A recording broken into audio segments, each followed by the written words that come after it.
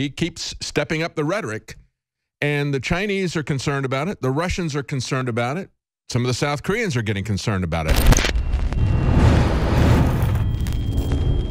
Welcome to the Alex Jones Show. I'm David Knight. We have a full news day. We've got Alex coming up in the next segment. He's going to talk about what's going on with North Korea. Of course, North Korea is now warning of, quote, a super mighty preemptive strike.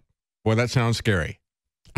I mean, when you look at his missiles with the bent noses, whether or not those things are real or not, the missiles that repeatedly blow up on the launch pad, as I've said many times, we need to have a new name for missiles that self-destruct on the launch pad. We can start calling them an unlaunch in honor of Kim Jong-un. But he keeps stepping up the rhetoric, and the Chinese are concerned about it. The Russians are concerned about it.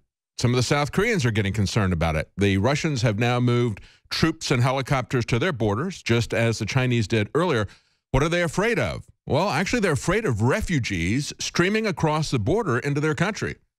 North Korea has used a weaponized immigration program, if you will, to release criminals into China in the past. They did it in 1998, just as we had the Mariel boat lift, where Castro released thousands of prisoners into South Florida.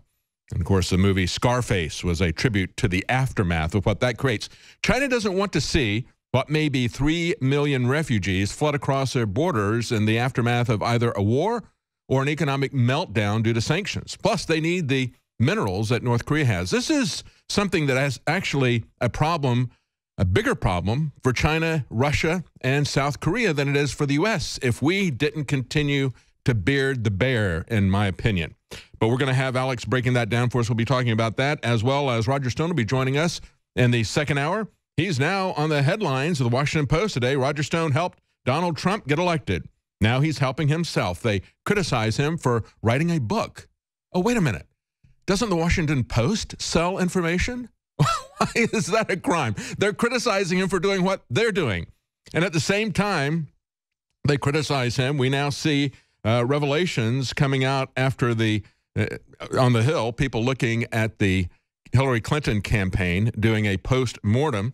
And this article from the Hill says, Obama thought that Clinton's handling of the email server was political malpractice. Yes, that's why you hire people like Roger Stone, so you don't commit political malpractice out of your overarching ego and your habit ingrained with decades of lying to the American public and getting away with it. That was really the downfall of Hillary Clinton.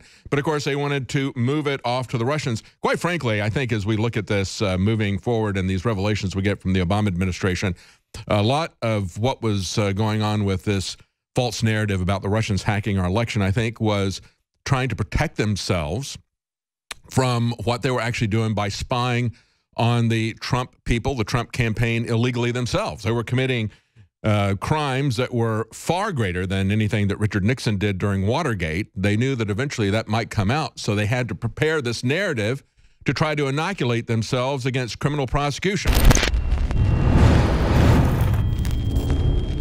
In ancient times, man roamed the earth in a constant state of hunting or being hunted. Introducing Caveman, where cutting-edge science meets ancient super nutrients. Secure your bottle right now at InfoWarsStore.com.